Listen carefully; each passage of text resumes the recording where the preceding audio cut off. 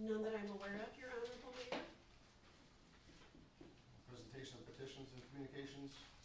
None this evening, Your Honorable Mayor. Thank you. Then on to introduction of new police officers. Chief Kelly. Good evening, all of you. I have the pleasure of introducing 3 new officers that we've brought on the department tonight. So I'll call them up one by one, and then I'll do a brief introduction for you, and then the clerk will give them the oath. So, Brad Taylor.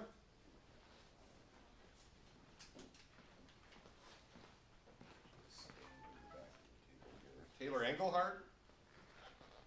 And James Stadzinski. Brad, as you can see, is one of the shortest officers. Brad's originally, and bear with me so I got the notes right, is originally from the Green Bay area, not a Packer, but has a bachelor's degree in criminal justice from Northern Michigan University. Came to us with experience in private industry and security. He actually started on January 5th and has already worked the 3rd shift and is currently working the day shift. Taylor Engelhardt is originally from the Madison area. Winona Grove High School. She came to us from the Maple Bluff Police Department. Taylor also started on January 5th, and she's worked the day shift and is currently on the PM shift. And then James Stadzinski is originally from the Janesville area and has a bachelor's degree from UW-Platteville, came to us with some experience from Waupaca County Sheriff's Office, and James started on February 6th and is currently working the day shift. So, Carol, if you would, please. Okay. You can kind of come forward here and face the audience. That way they can get nice pictures of you when you're getting your oath of office. Please raise your right hand. Do you solemnly swear that you will support the Constitution of the United States and the Constitution of the State of Wisconsin, and will faithfully and impartially discharge the duties of a sworn police officer to the best of your abilities, so help you God? If so, please answer, I will. I will. Congratulations. Certificates for all of you.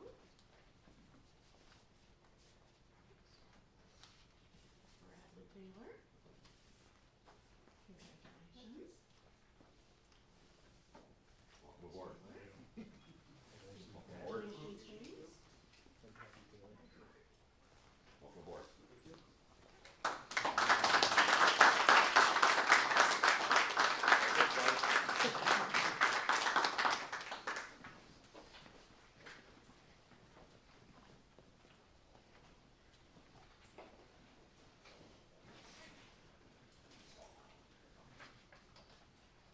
We're gonna carry on here, but I believe we got refreshments out there for everyone. Here's 10 with them.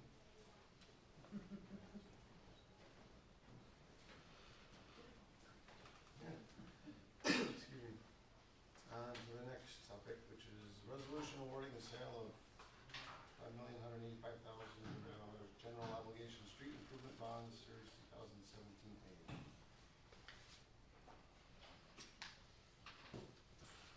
We got Craig Johnson from Ellers here. The bonds went to sale earlier today, and he's here to present the results of that. Good evening. I should have a copy of our sale report at your desk that summarizes the bond sale that was conducted today. These bonds were authorized by the City Council last month. They were issued for the purpose of raising funds for the reconstruction of 8th Street. The bids were received this morning. We received a total of 5 bids. The winning bid was submitted by PNC Capital Markets out of Philadelphia. The true interest cost percentage was 2.7483%. That is about 49 basis points. 1 basis point is 0.01% less than what we had estimated. So rates came in far more favorably than what we presented to you last month. So the total debt service over the life of the bonds is $6,994,432. That's the total principal and interest. That is $350,512 less than what we presented to you last month. Included in our sale reports is the bid tabulation, which includes the interest rates that were submitted by the 5 bidders. I think it's worth noting that you had really broad interest in your bond issue. Bidders really from all over the country and one here in Wisconsin. After the bid tabulation is just the sources and uses for the bond issue, which is on page 4. There was a premium bid submitted by the underwriter, which means they pay you some extra money for your bonds and build that extra money they're giving you up front into the rates. So as a result, we're able to reduce the amount that you need to borrow. You still have the same amount that you need for the projects, but you're borrowing less money. So you authorized $5,185,000 in general obligation bonds. The resolution you have before you this evening is for $5,120,000. So we were able to reduce that bond issue. And then finally, the tax impact analysis and levy impact analysis is found on page 5. That includes the sale results, shows what your projected levy and tax rate will be for debt service from 2017 through 2037, based on your current debt profile, including these bonds.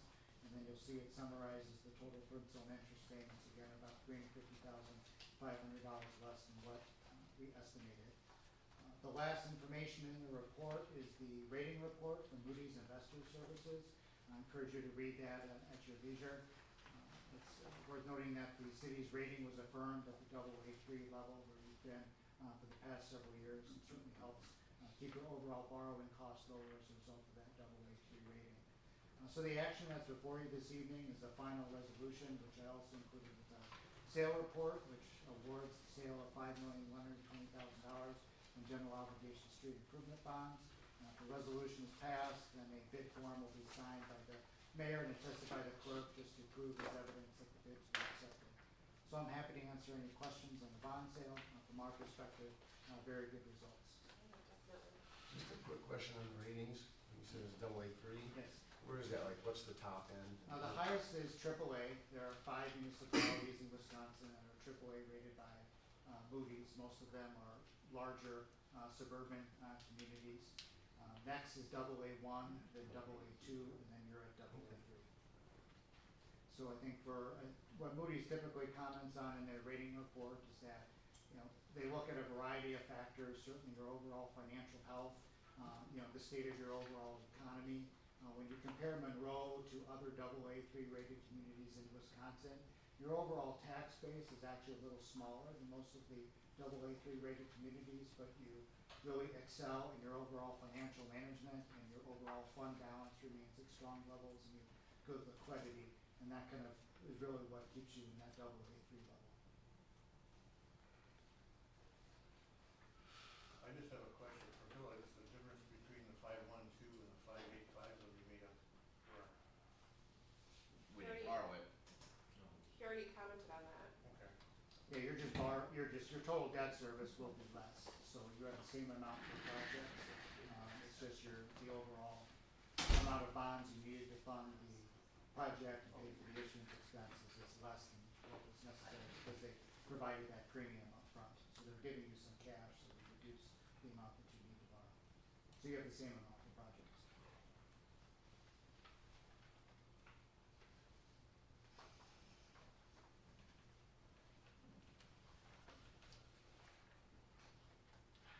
I would make a motion to approve. Second. Motion and a second to approve the resolution awarding the sale of $5,180,000 general obligation street improvement bonds, Series 2017A. Actually, the resolution is for the $5,120,000. Correct, yeah, the new amount Yep. is $5,120,000, which is less than what you have in your agenda. Yep. $5,100,000. So we have a motion and a second for the resolution awarding the sale of $5,120,000 in general obligation street improvement bonds, Series 2017A. Any further objection? The only thing I had is, I'm still a little unclear as to why we went through the process of, for these bonds that we did, all of the advertising and disclosure that it came to the council, that I just don't recall that being done in the past. Was there something that triggered this, or is that, because this did not seem like it was the normal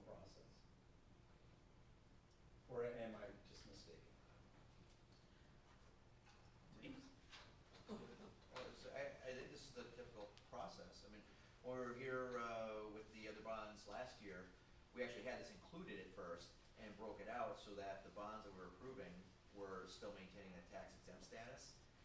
This is just much earlier in the year than we typically go through this process. I mean, that might be a difference. And last year, we did have to have a quick 5-minute special meeting to approve the purchase of, or the sale of the bonds, which we ended up doing at a regular meeting this last time, correct? Is that accurate? Yeah, that Yeah. happened. So we're not doing anything differently with these that we've ever done in the No. past? It's, the process has been Yeah. the same. Any further discussion? All those in favor say aye, opposed no, and the clerk will call the roll. Alderperson Miller. Aye. Bauman. Aye. Boyce. Aye. Newcomer. Aye. Cook. Aye. Beer. Marsh. Aye. Stengel. Oops, excuse me, Toman. Aye. Need affirmative, no negative. Motion passes. Mhm.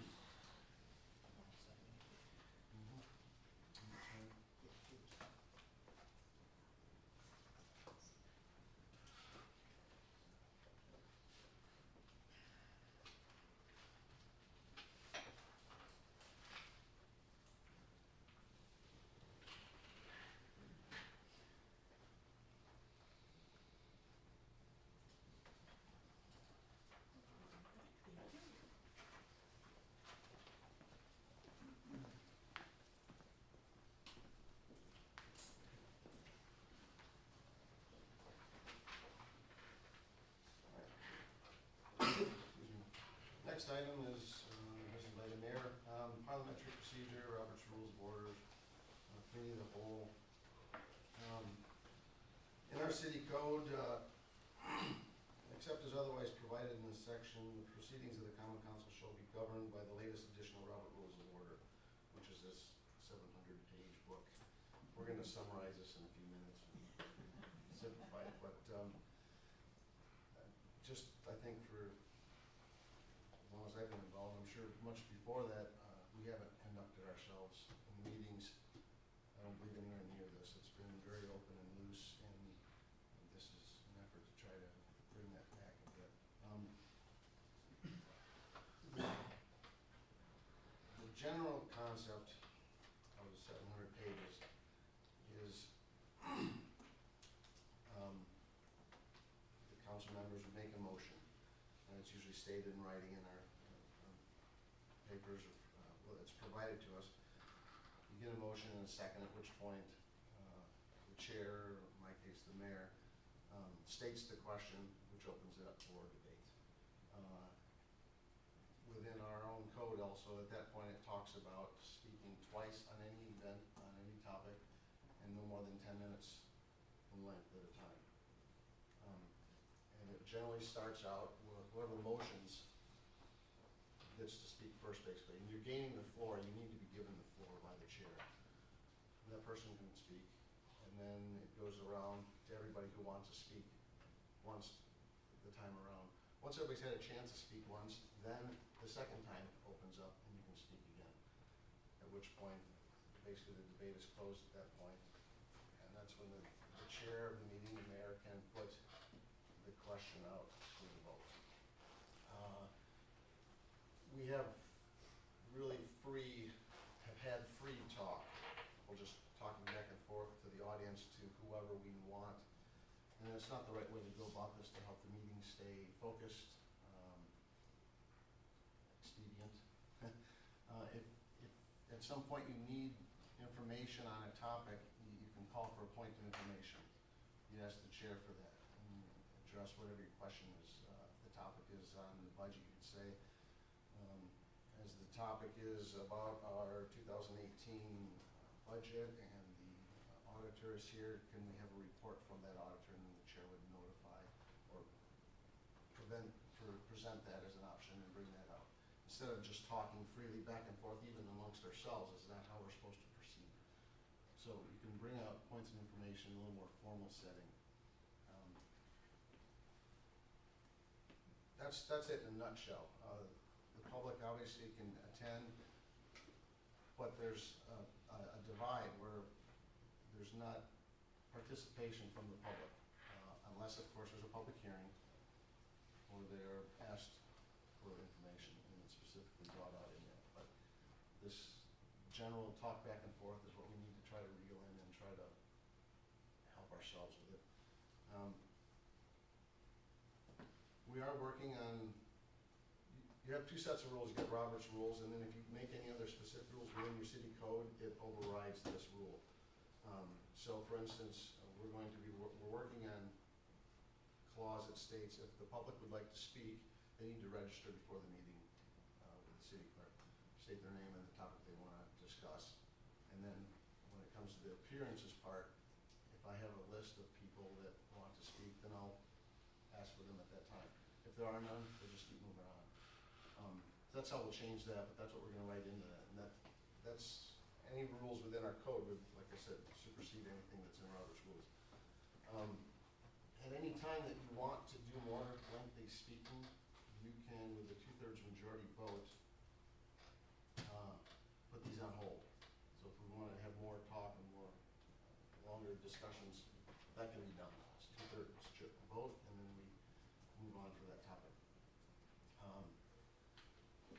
We've had a lot of talk about council or committee of the whole, and one of the main ideas for the committee of the whole is during an actual meeting, you can call a committee of the whole, and what that does is allows you to move into a committee of the whole and speak more freely. It helps to relieve the restraints of 2 times in 10 minutes. You can have more of a committee type subcommittee like we have. You can have more of a discussion that way, and then you vote and rise and report back to the council at that point.